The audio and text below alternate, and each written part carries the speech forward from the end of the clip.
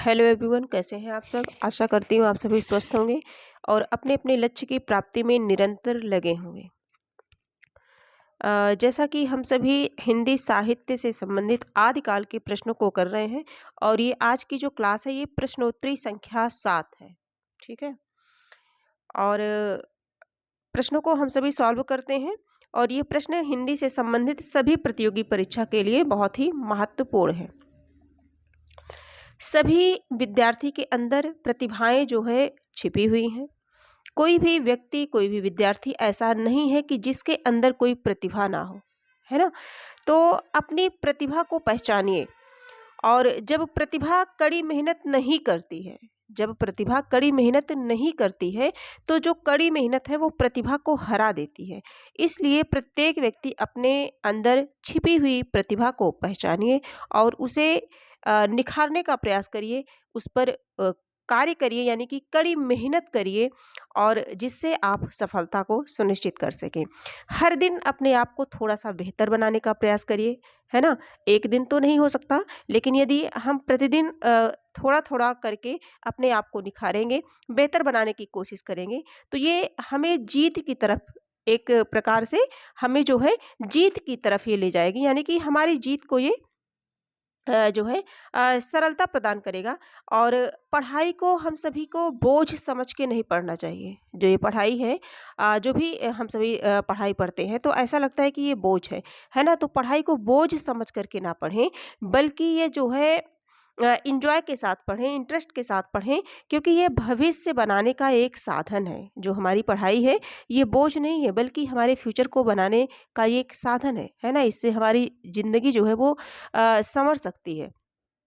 और धैर्य रख करके निरंतर प्रयास करते रहें तो सफलता अवश्य मिलेगी।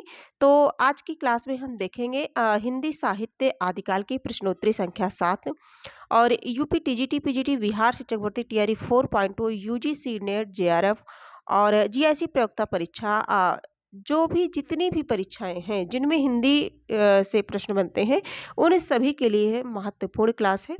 तो प्रश्न संख्या हम 1 देखेंगे। आदिकालीन साहित्य में वीर रस की रचनाओं में किस भाषा का प्रयोग किया गया है। ऑप्शन ए है पिंगल, बी है डिंगल, सी है बुंदेली और डी है प्राकृत। तो इसमें जो हमारा करेक्ट आंसर है, ये करेक्ट आंसर हो जाएगा हमारा राजस्थानी भाषा में वीर रस की रचनाओं की बात हो रही है। तो जहाँ वीर रस की बात आ जाती है वहाँ पर डिंगल शैली का प्रयोग किया जाता है, डिंगल भाषा का प्रयोग किया जाता है। तो इस तरह से करेक्ट आंसर हमारा क्या बनेगा, डिंगल बनेगा। अब हम देख लेते हैं जो इम्पोर्टेंट तथ्य हैं इससे संबंधित। ये यूजीसी नेट जो है सेकंड पेपर जून 2008 में का बना हुआ प्रश्न है। देखिए, आदिकाल में वीर रस की रचनाओं में डिंगल भाषा का प्रयोग होता है, भाषा या शैली का प्रयोग किया गया है। यह दो भाषाओं के मिश्रण से बनती है। डिंगल जो है बनती है अपभ्रंश, अपभ्रंश प्लस राजस्थानी भाषा। ठीक है। और आदिकाल में कोमलकांत पदावली के लिए पिंगल भाषा का प्रयोग किया जाता था। कोमलकांत पदावली के लिए पिंगल भाषा का प्रयोग किया जाता था। और पिंगल जो है अपभ्रंश और ब्रज के मिश्रण से बनती है। तो डिंगल और पिंगल, वीर रस में डिंगल, है ना, और कोमलकांत पदावली में पिंगल भाषा का प्रयोग। तो ये याद रखेंगे हम सभी। आगे हम सभी देखेंगे प्रश्न संख्या 2 है। शब्दानुशासन के लेखक हैं, शब्दानुशासन के लेखक हैं। Option A Ramchandra Shukla, B Hemchandra, C Sarahpad और डी है स्वयंभू। तो शब्दानुशासन के रचनाकार कौन है, हेमचंद्र है। शब्दानुशासन के लेखक क्या है, हेमचंद्र। तो करेक्ट आंसर हमारा ए बी हो जाएगा। आगे हम सभी देखेंगे शब्दानुशासन हेमचंद्र का एक व्याकरण ग्रंथ है। इसमें संस्कृत, प्राकृत और अपभ्रंश तीनों का समावेश है। संस्कृत, प्राकृत और अपभ्रंश तीनों का समावेश है। रस मीमांसा जो है ये आचार्य रामचंद्र शुक्ल का है। दोहा कोश सरहपा की रचना है, सरहपा या सरहपाद, है ना।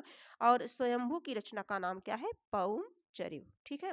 तो इतने तथ्य यहाँ कंप्लीट हुए। हम सभी पढ़ रहे हैं आदिकाल प्रश्नोत्तरी संख्या 7। आदिकाल से जितने भी प्रश्न इंपॉर्टेंट है उन सभी प्रश्नों को यहाँ जो है सम्मिलित किया गया है। हमारा अगला प्रश्न है खलिक बारी किसकी रचना है। प्रश्न संख्या 3 है खलिक बारी किसकी रचना है। खलिक खलक, रहीम, अमीर खुसरो, अकबर, है ना। खलिक बारी, दो सुखने, गजल, मुकरियाँ, ये सभी किसकी है? अमीर खुसरो की रचनाएं हैं। आगे हम सभी देखेंगे, हाँ, कुछ महत्वपूर्ण तथ्य हैं। खलिक बारी कोश ग्रंथ है। दो सुखने, हालात ए कन्हैया, नजरान ए हिंदी, पहेलियाँ, मुकरियाँ, गजल इत्यादि अमीर खुसरो की रचना है। अमीर खुसरो का वास्तविक नाम अबुल हसन था। जो इम्पोर्टेंट तथ्य है उसे मैं रख लेती हूँ। कभी कभी क्या होता है कि एक क्वेश्चन जो है कई बार आ जाते हैं, और ये इसलिए मैं रखती हूँ क्योंकि कई क्वेश्चन जो इम्पोर्टेंट क्वेश्चन हैं उनके जो इम्पोर्टेंट तथ्य हैं उन्हें हम जितनी बार पढ़ेंगे वो हमारे लिए उतना ही अच्छा होगा, है ना। तो प्रैक्टिस हम लोगों के लिए बहुत ही आवश्यक है। तो इससे आप लोग बोर मत होइएगा, हम जितनी बार पढ़ेंगे वो हमारा ही जो है तथ्य मजबूत होगा। अमीर खुसरो निजामुद्दीन औलिया के शिष्य थे। अमीर खुसरो खड़ी बोली के आदि कवि और प्रथम कवि कहे जाते हैं। तो ये महत्वपूर्ण तथ्य थे अमीर खुसरो से संबंधित। प्रश्न संख्या 4 है, अपभ्रंश को पुरानी हिंदी किसने कहा है? ऑप्शन ए है ग्रियर्सन, श्याम सुंदर दास, सी है चंद्रधर शर्मा गुलेरी, डी है भारतेंदु हरिश्चंद्र। तो देखिए, अपभ्रंश को पुरानी हिंदी की बात जहाँ जाती है गुलेरी, चंद्रधर शर्मा गुलेरी। गुलेरी जो है इन्होंने 3 कहानियां लिखी हैं, आप सभी को पता होगा। जो है सुखमय जीवन उसने कहा था, बुद्धू का कांटा, ठीक है। और 3 कहानियों से ये जो है हिंदी साहित्य में चर्चित हो गए। आगे हम सभी देखेंगे तो हमारा करेक्ट आंसर सी होगा। आगे हम सभी देखेंगे जो है हाँ, इनमें से कौन सा युग्म संगत है? पूछा गया है, संगत है यानी कि सही है। प्रश्न संख्या 5 है हमारा, इनमें से कौन सा युग्म संगत है? ऑप्शन ए है बीसल देवरासो नरपति नाल, कुमार रासो जगनिक, विजयपाल रासो चंद्रबरदाई, परमाल रासो दलपति विजय, है ना। रचना और रचनाकार दिए गए हैं और पूछा गया है कौन संगत है। तो शायद आप सभी आंसर दे पा रहे होंगे। तो बीसल देव रासो क्या है?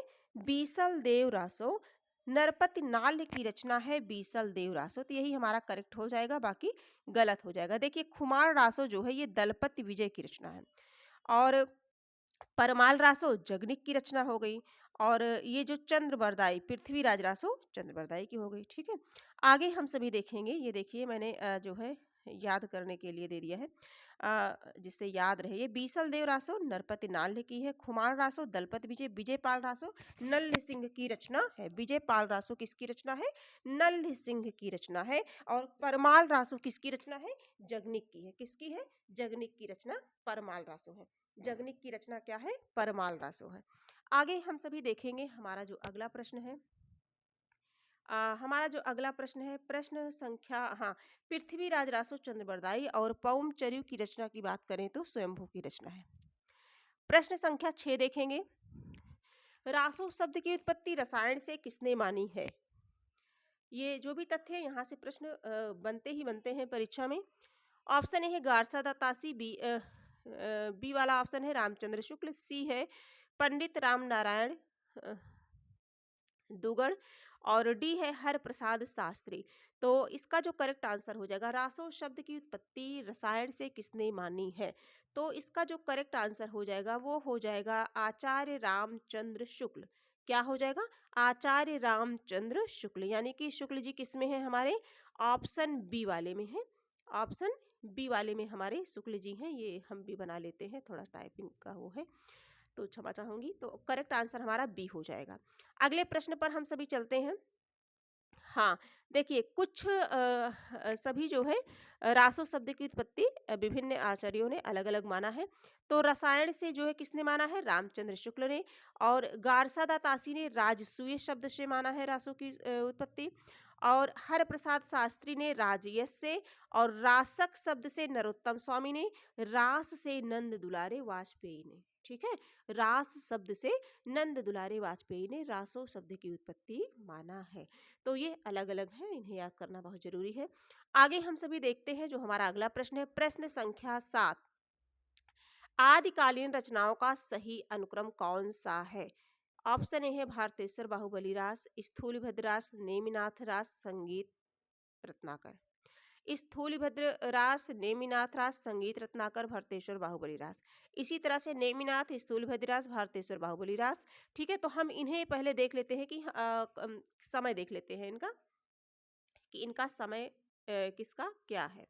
तो सबसे पहले हम देखेंगे हमारी जो रचना है भारतेश्वर बाहुबली रास। क्या देखेंगे? भारतेश्वर बाहुबली रास। ये रचना किसकी है? शालिभद्र सूर्य की रचना है ये।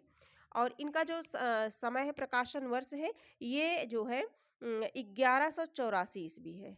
शालिभद्र सूर्य की रचना है 1184 ईस्वी। इसी प्रकार से देखेंगे स्थूलभद्र रास हम देख लेंगे, तो ये 1209 ईस्वी है। क्या है? 1209 ईस्वी। 1209 ईस्वी की रचना है। और जिन धर्म सूर्य की रचना है, किसकी है? ये जिन धर्म सूर्य की रचना है। किसकी रचना है? जिन धर्म सूर्य की रचना है। ठीक है, तो इनका जो समय है वो क्या है? 1200। इनका समय जो है वो है 1209 ईस्वी इनका समय है। इसी तरह से हम सभी और देखेंगे, ये जो हमारा है नेमिनाथ रास। क्या है? नेमिनाथ रास। इनका समय हम देखेंगे, जो नेमिनाथ रास है, इनका जो समय है ये है 1203। क्या है? 1203। ठीक है, और इसके जो रचनाकार है ये सुमतगढ़ है। कौन है? सुमतगढ़ है। तो इस तरह से अगर हम देखें तो हमारा ये क्रम है। एक और बचा है संगीत रत्नाकर। क्या है? संगीत रत्नाकर। ये 13वीं शताब्दी। क्या है? 13वीं शताब्दी। और शारंग देव इसके रचनाकार हैं। तो इस तरह से अगर देखा जाए तो 11, 12, हाँ 11, 12, 12 और 13। ठीक है, तो करेक्ट आंसर हमारा ए ही होगा। क्या होगा? ए होगा। अगले प्रश्न पर चलते हैं। प्रश्न संख्या 8। पौमचर्यु किसकी रचना है? पौमचर्यु किसकी रचना है? ऑप्शन ए है अब्दुल रहमान, बी है विद्यापति, सी है स्वयंभू, डी है चंद्रबरदाई। तो पौमचर्यु किसकी रचना है? ये स्वयंभू की रचना है। पौमचर्यु स्वयंभू की रचना। करेक्ट आंसर हमारा सी बनेगा। अगले प्रश्न पर चलते हैं। प्रश्न संख्या, हाँ पौमचर्यु से संबंधित कुछ तथ्य देख लेते हैं। देखिए, जो पौमचर्यु है ये राम कथा पर आधारित है। रिट्ठोमीचर्यु हरिवंश पुराण कृष्ण कथा है। तथा स्वयंभू छंद ये जैनाचार्य स्वयंभू की रचना है। यह अपभ्रंश के कवि माने जाते हैं और इन्हें अपभ्रंश का वाल्मीकि कहा जाता है। किसे? स्वयंभू को। ये जो है इंपॉर्टेंट तथ्य है। ठीक है, स्वयंभू को अपभ्रंश का वाल्मीकि कहा जाता है। आप इसे नोट भी कर सकते हैं। और अब्दुल रहमान द्वारा रचित एकमात्र ग्रंथ क्या है? संदेश रासक। यहाँ से प्रश्न बनता है कि संदेश रासक रचना किसकी है? तो वो अब्दुल रहमान की है, जिसका रचनाकाल 12वीं सदी का उत्तरार्ध तथा 13वीं शताब्दी का पूर्वार्ध माना जाता है। किसकी बात हम सभी कर रहे हैं? संदेश रासक रचना किसकी है? अब्दुल रहमान की है। आगे हम सभी देखेंगे हिंदी में लिखा जाने वाला यह पहला धर्मेत्तर रास ग्रंथ है। इसमें विक्रमपुर की एक वियोगिनी के विरह का वर्णन है। संदेश रासक एक खंड काव्य है। कैसा काव्य है? खंड काव्य है। किसी मुसलमान द्वारा हिंदी में लिखा जाने वाला यह जो है पहला ग्रंथ है। और चंद्रबरदाई द्वारा लिखित एकमात्र रासो काव्य क्या है? पृथ्वीराज रासो। किसकी रचना है? चंद्रबरदाई। यह प्रबंध शैली में है। ठीक है, और डिंगल भाषा में है, क्योंकि वीर रस प्रधान है। तो इसमें हम सभी देखेंगे कुछ जो भी महत्वपूर्ण तथ्य थे वो इसमें समाहित किए गए थे। आगे हम सभी देखेंगे, हाँ चंद्रबरदाई हिंदी के प्रथम महाकवि तथा पृथ्वीराज रासो महाकाव्य। ठीक है, प्रश्न संख्या 9 देखेंगे। सरहपा का संबंध निम्न में से किससे है? ऑप्शन ए है सिद्ध साहित्य, बी है रासो, सी है नाथ और डी है जैन। तो ये सिद्ध साहित्य से संबंधित है। करेक्ट आंसर ए हो जाएगा। अगले प्रश्न पर चलेंगे, थोड़ा सा देख लेते हैं सरहपा के विषय में। राहुल संकृत्यायन ने इनका समय 600 जो है 69 ईस्वी माना है, 769। इनकी रचना दोहा कोश है। दोहा कोश किसकी रचना है? सरहपा की। सरहपा के अन्य नाम है सरहपाद, सरोज, वज्र और राहुल भद्र इत्यादि नामों से इन्हें जाना जाता है। प्रश्न संख्या 10 है हमारा। अपभ्रंश का मुख्य छंद है दोहा, बरबय, कुंडलियां, सवैया, है ना। तो अपभ्रंश का मुख्य छंद क्या है? दोहा है, अरिल